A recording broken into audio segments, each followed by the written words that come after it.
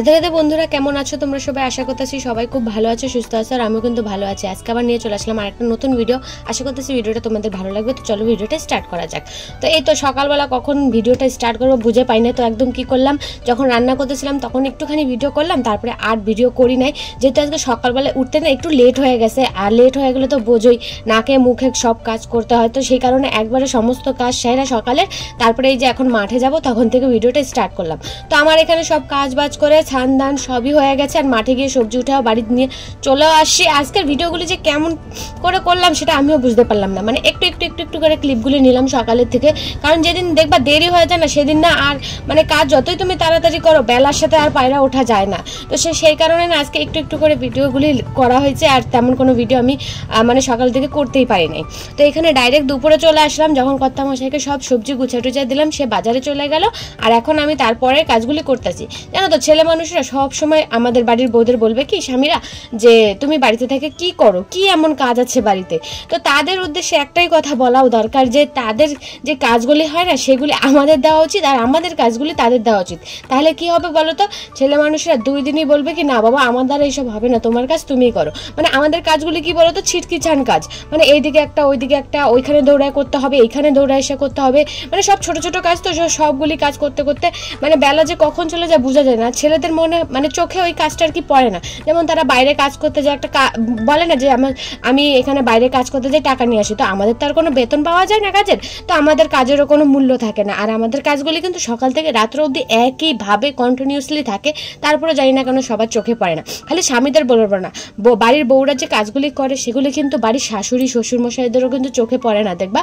আর যার মানে গার্জিয়ান মানে একটু শক্ত হয় বলতে পারো, একটু টাকা পয়সার দিক দিয়ে আর্থিক দিক দিয়ে, মানে মেয়ের বাপের বাড়ি বলতে পারো, তো সেই মেয়েটা যতই কাজ কম করুক না কেন সেই মেয়েটা ঘরের লক্ষ্মী হয়ে যায়। তো আমার বাপের বাড়ির থেকে তো আর সেমন কিছু মোটা পণ দিতে পারে না তারা। আমার শ্বশুর বাড়ির লোকেরা পণ না চাইলেও দেখবা সব বাবা মায়েরই আশা থাকে, ছেলের বাবা মায়ের, যে আমার ছেলেকে যখন বিয়ে দিব ছেলের বাড়ি থেকে এটা দিবে ওইটা দিবে সেইটা দিবে, কিন্তু তারা দাবি করে না যে না কিছুই লাগবে না খালি মেয়ে দিলে হবে।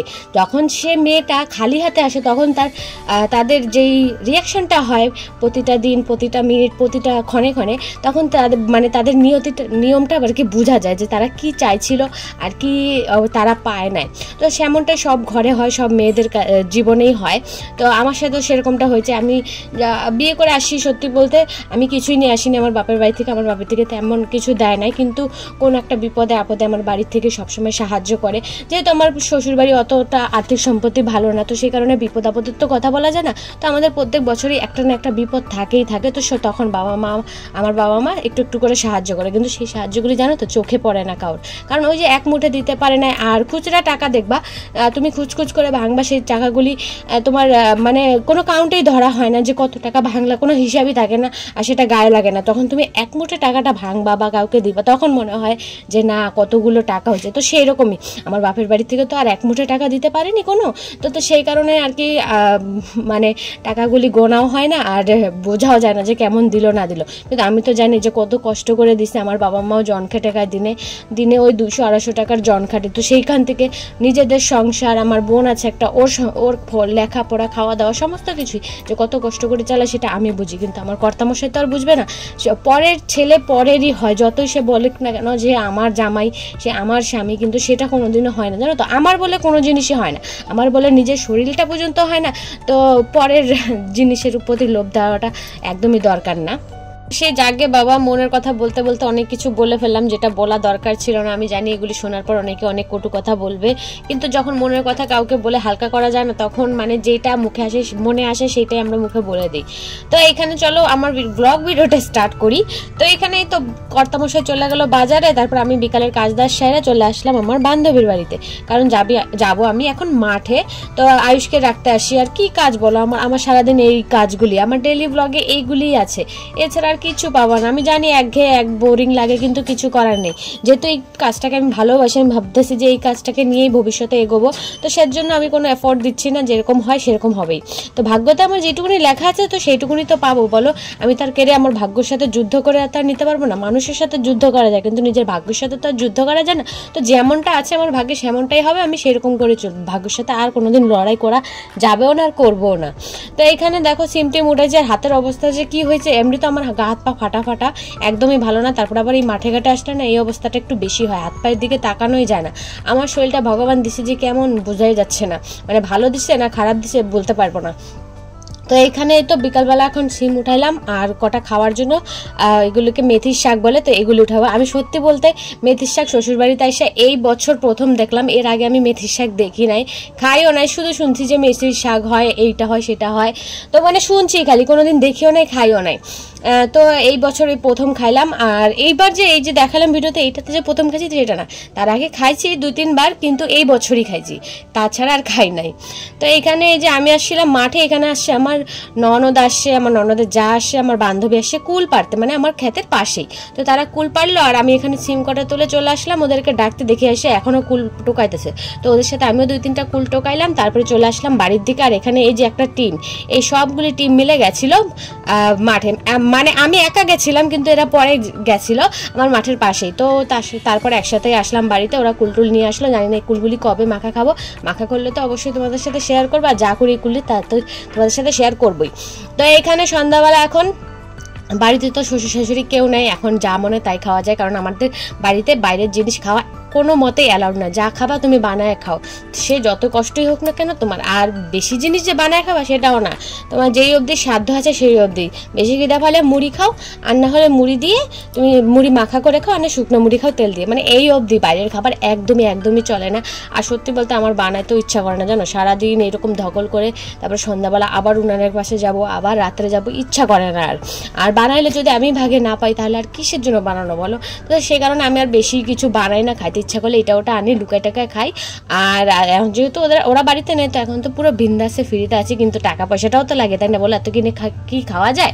তো এই 2টা সিঙ্গারা আনলাম, সবাই মিলে ভাগ করে খাইলাম। তারপরে এই যে আমার ননদের যা আসছে চাল গুঁড়ি করতে আমার মেশিনে, মিক্সার মেশিনে, তো এখন ওকে চালটা গুঁড়ি করে দিব। ওরা যদি এখন না আসতো আমি দিব্যি বসে বসে এখন মোবাইল টিপতাম আর টিভি দেখতাম, কিন্তু ওই যে বিরক্ত করার লোক আছে নিশ্চয়ই।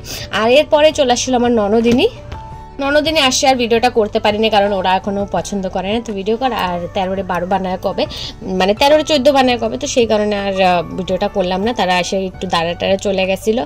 আর এই শীতে আমার পিঠা খাওয়া হয়েছে পৌষ পার্বণের দিনই, তারপরে 1-2 দিন বানিয়েছিলাম আর বানাই নাই, ইচ্ছা করে না। একে তো এক গাদা বানাইতে হয়, একে ওকে দিতে দিতে নিজের ভাগ্যে থাকে না খাওয়া, আর নিজে যদি না পাই খাইতে তখন আর ইচ্ছা করে না বানাইতে, তো সেই কারণে আর বানাই না। আর এখানে তারপরে ওরা চলে গেল, ঘর ধুয়ে ঝাড়ু টাড়ু দিলাম, চাল টাল পড়ে গেছিলো তো সেগুলি ঝাড়ু টাড়ু দিয়ে এখন ওই যে মেথির শাকগুলি বিকালে আনলাম সেগুলি ছড়ে টরে রাখতেছে, কারণ সকালবেলা না অনেকটা দেরি হয়ে যায়, তো সেই কারণে রাত্রে যেটুকুনি কাজ করে রাখা যায় সেই অবধি করে রাখি। আর আমার শাশুড়ি মা যদি বাড়ি থাকতো এখন এই কাজটা করতাম না, কারণ উনি না, মানে ওনার কাজই একটু অন্যরকম হয় আর আমার কাজ একটু অন্যরকম। আমি যেভাবে ভাবি সে ওইভাবে যেভাবে ভাবে সেভাবে আমি ভাবতে পারি না, কারণ ওনারা হচ্ছে সেই কালের মানুষ, আর সেই কালের মানুষের সাথে এই কালের মানুষের কোনো মিল হয় বলো তো, কোনো রকমই মিল হয় না। আর সত্যি কথা বলতে কেউ হাতের 5টা আঙ্গুলি কিন্তু, নিজের হাতের 5টা আঙ্গুলি কিন্তু সমান হয় না, তাহলে মানুষ কি বলো, মানুষের সাথে মানুষের তুলনা করলে হয়। আমার এই জিনিসটা খুবই খারাপ লাগে। আমার মা বিয়ের আগে এই জিনিসটা তুলনা দিত যে ওই বাড়ির মেয়েটা পড়াশোনা করছে তুই করিস না, তো মাকে আমি একদিনই বলছি যে মা দেখো নিজের হাতের 5টা আঙ্গুল সমান হয় না, তো মানুষের সাথে আমার তুলনা দেবে না। যেমন কি আমি হয়তো অন্য কাজে আমার গুণ আছে, তার হয়তো সেই কাজটায় গুণ নাই, তো সেই কারণে কারোর সাথে কারোর তুলনা দিতে হয় না। তো সে জাগে এখানে এখন আমি শাক টাক ছুড়লাম, আর এখানে আমার ছেলে বসে বসে খেলতেছে। আর ও কি করতেছে, আমার স্ট্যান্ডটা নিয়ে ও ভাবছে এটা ক্যামেরা হবে, ওই স্ট্যান্ডটা দাঁড়া করে বলে মা আমি ফটো তুলি, মানে ওর ভাষায় যেটা আসে সেটাই বলতেছে। আর ভালো লাগে ছোট্ট বাচ্চাদের মুখে এগুলি শুনতে।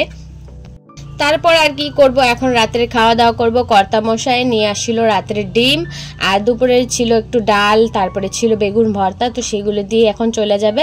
আর 4 জনের জন্য 4টে ডিম ভাজি। আর এই ডিম ভাজা নিয়ে অনেক কাহিনী আছে গো, আমি জানো তো ডিম ভাজতে পারি না। হ্যাঁ মানে এখন তো তাও ভালোই পারি, কিন্তু বিয়ের পর আমি একদমই ডিম ভাজতে পারি নাই। আর আমার কর্তামশাই ডিম ভাজা করে দিত আর আমি বসে বসে খাইতাম।